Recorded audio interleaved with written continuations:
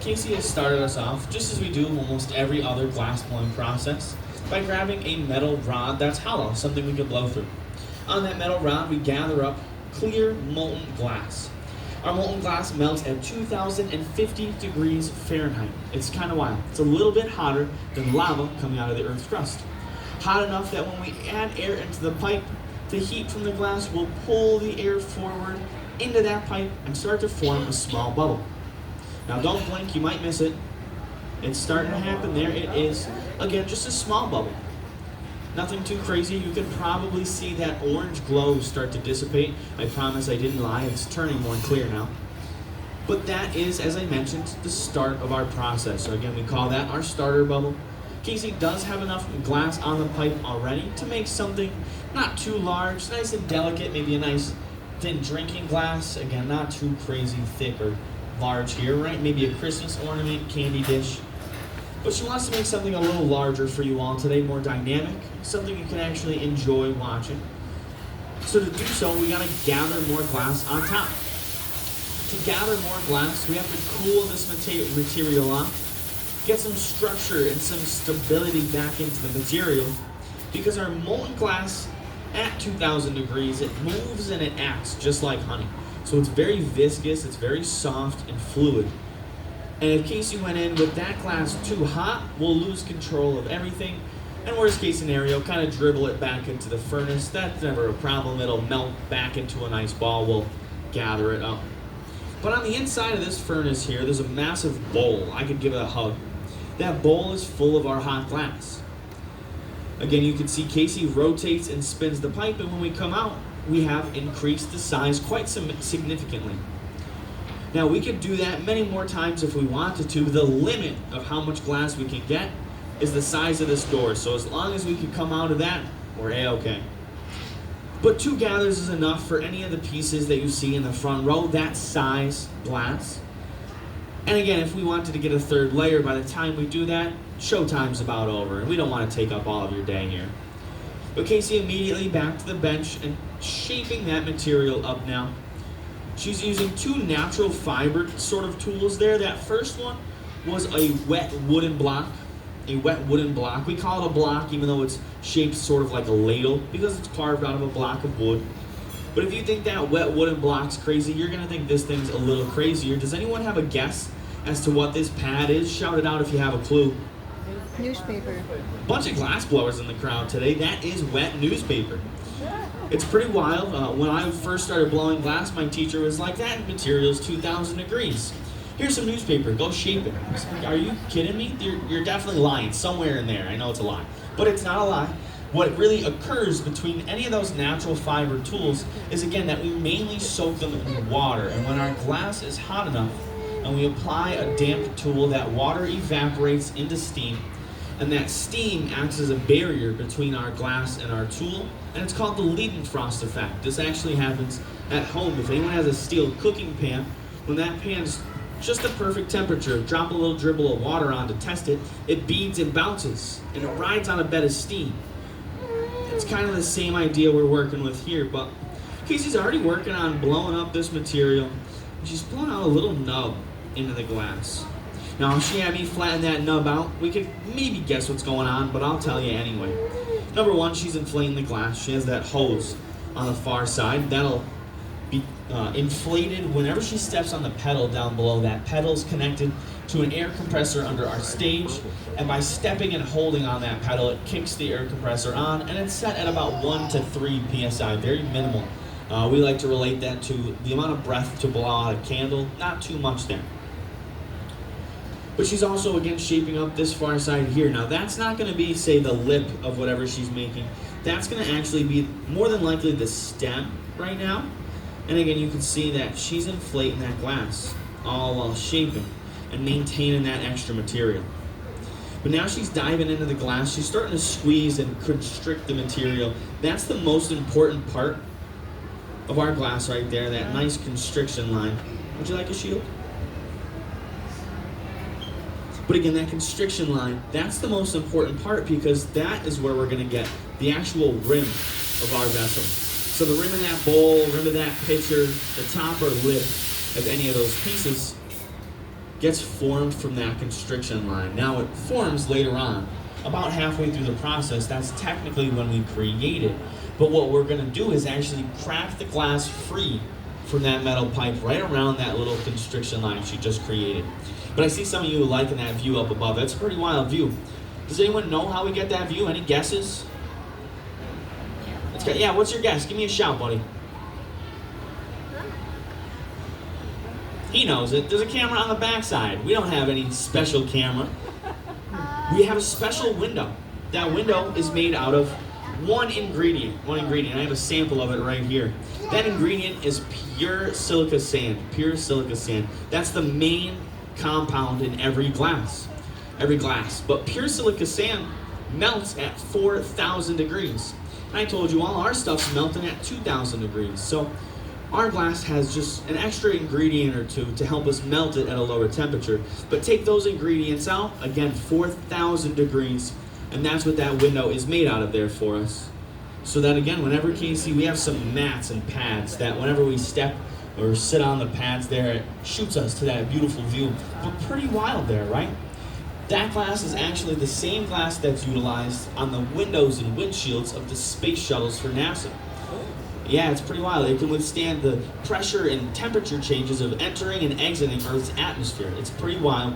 And has anyone here used the internet today? Anyone use the internet? Yeah? That same type of glass also connects us all on the internet. Those fiber optic cables that they all talk about, there's glass in there that they've pulled into a very thin thread, thinner than a human hair, and it's that same recipe of glass. But Casey's done a really great job here of blowing that glass up, creating a very beautiful taper in the glass. And again, she's keeping that pad. She created that much earlier. But that's more or less going to be the stem of this piece now, the stem. Now that patty's not the foot or base. That is, though, a landing pad for the foot or base. And Casey, would you like me to gather that? Okay, yep. Sounds good. So I'm always just checking with Casey as well. I never want to just start to get her extra glass when I think she needs it, if we've kind of talked about what she's making. I always want to make sure that I'm just here for Casey, not getting ahead of myself. But again, we're going to work on kind of flattening that patty up. You saw she used a torch to kind of spot heat that glass. That torch also burns upwards of about 4,000 degrees as well. That blue flame there. But again, we're just working together to really flatten up that patty. And then again, as I mentioned before, that patty is just a landing spot for the next piece of glass that we're going to add, which is then the base. But I'm just going to gauge the kind of timing and temperature with Casey. You feeling good? Just checking. We'll gather up some more clear molten material and just deliver this right on over. We're going to apply this in the hottest manner we could apply glass in the studio, fresh from that chamber. She's going to stick it, wind it up using the heat to pull it to that thin thread and cast that free. Now I'm left with a nice thin thread as well. I could grab the very end and just show you how flexible that material is. That's theoretically how they make fiber optic cables. But watch this, Casey's going to use that footing tool to squeeze that new glass to a beautifully round foot. Now she makes that look really easy, taking that hot blob. She has two wet wooden paddles, similar to this one, but again, they're wet, and squishes that glass out. It's a very difficult technique though. The hard part really isn't squeezing the glass. We can all squeeze glass. The hardest part's turning with your left hand, that rotation of the pipe.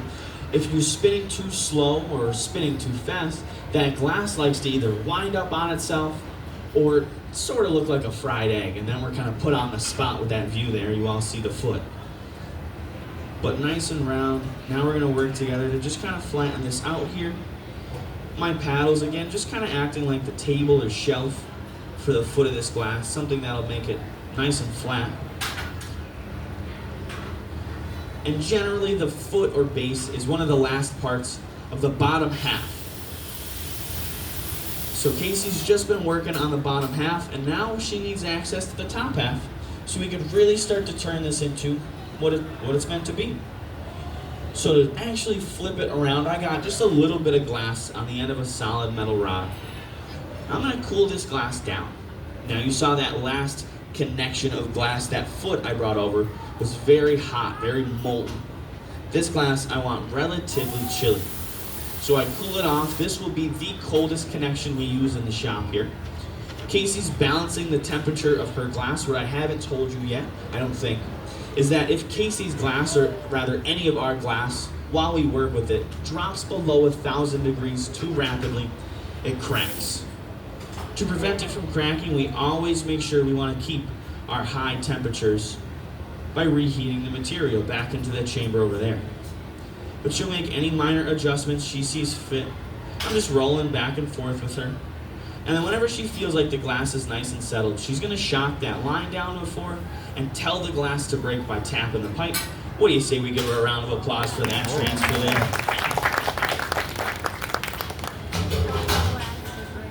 And right back into the heat I go. I don't want to dilly-dally too long. Thanks, Casey. If I just hang out and I was holding the piece, I said, look at that piece. Isn't it so beautiful, everybody? Why, yes it is. But it's also very stressed out. And you all might know when you're really stressed out, things don't tend to go too well. Same for our glass. Glass is a really good teacher in life. But as she dropped that 2 little drops of water on there, there's microfractures in the material. She actually cracked the glass intentionally. And I know when she broke the material, about 2 spots, those cracks are still spreading. And if they spread too far, boop, right down the side of the piece there, all on me, and I don't want to do that. But again, it wouldn't be the end of the problem. We have a few 100 pounds of glass in this chamber here. As I mentioned, a big bowl, just like a big cereal bowl full of that glass. This is actually not the largest furnace we have. If anyone gets a chance to stop down our amphitheater studio today, they are refilling our largest furnace on campus. That one holds about 1,000 pounds of molten material. They're probably going to put about 300 pounds of glass back into there today. And the form that we put it in is actually called batch. We buy this pre-melted pelletized nuggets. It's again our 3 main ingredients. That main ingredient I mentioned before, pure silica sand, that's in all glass, no matter what it is. Pure silica sand, again, our recipe has soda ash in it. That's our flux to help us melt it at our lower temperature. Sometimes we relate it to baking soda, more or less. And then the soda ash and pure silica create a chemical reaction that actually makes water-soluble glass. It will dissolve in the moisture in front of us over time, not just instantly. It would be funny if it did. But to stabilize that reaction, they add in 1/3 ingredient, third and final, right? I almost said silica sand. Limestone. So that's how we get our soda lime glass. Our soda ash, limestone, and pure silica sand, pre-melted, and then we just shovel that back into the furnace to refill our chamber. Now those 3 ingredients make just strictly clear glass. To actually colorize the material, they add in a 4th ingredient. Different colors is a somewhat different 4th ingredient, but they are all metal oxides. So we have a whole shelf of color right next to Casey, and again, all of our pieces down below. Each one, unless they're the exact same shape, they have a different metal. Sometimes the metal will be in the name. This colored bowl right here, this is called copper blue. Does anyone want to guess what metal's in copper blue? Copper? I heard the right answer. Copper. We have a gold ruby glass. Does anyone know what's in gold ruby? Gold. We have a flamingo pink and a salmon pink. Does anyone know what's in? Flamingo. It's not animals. We have animal teeth, cruel-free glass, but it's gold. Gold makes generally beautiful pinks, beautiful reds, and some purple colors if you have like a reddish purple there. But there's also other metals as well, because again, gold doesn't create that many shades of color. It's different ratios of metal with one another there. Well, while I was yapping, some of you might have saw Casey. She actually pulled and then cut some glass free from that form there. That technique's utilized to actually thin the material out. We want to create a nice even walled glass here.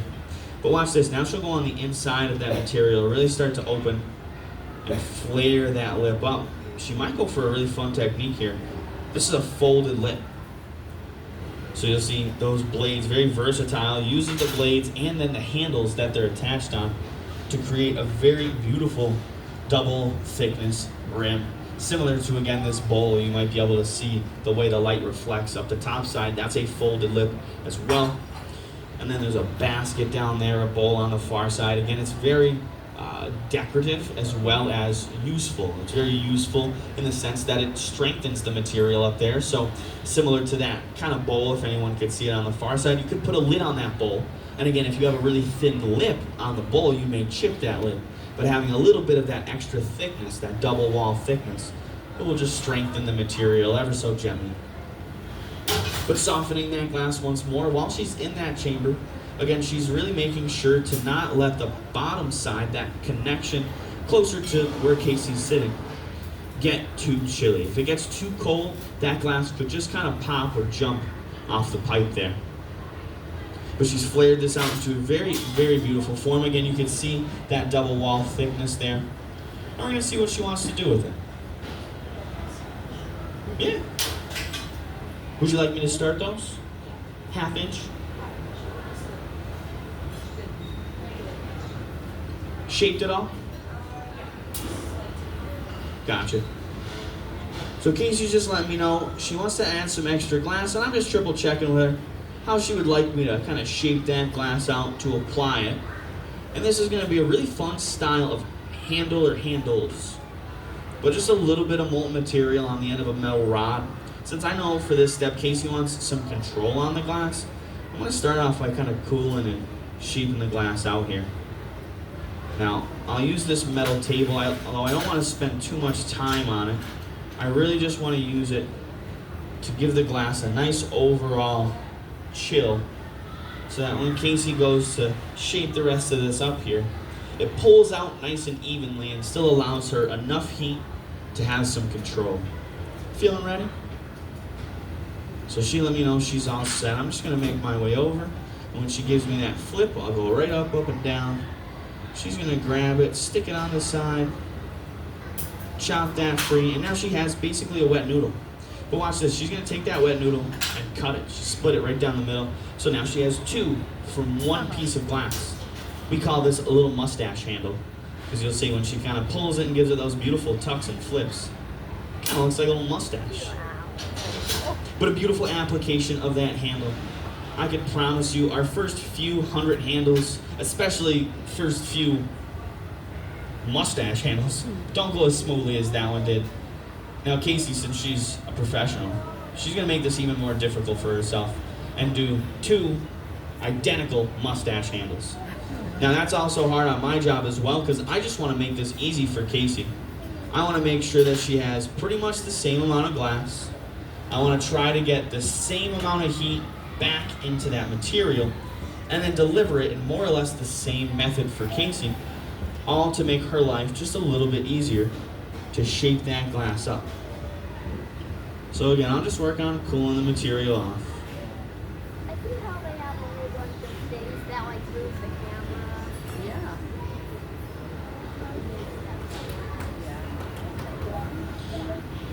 Yeah. Got a nice little shape. I might have grabbed a touch more glass than before, but as long as I give it a pretty nice taper and shape here, we'll end up all good.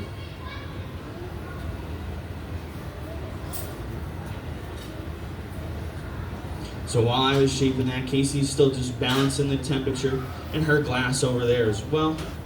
We'll get met up in one straight line. She'll give me that flip.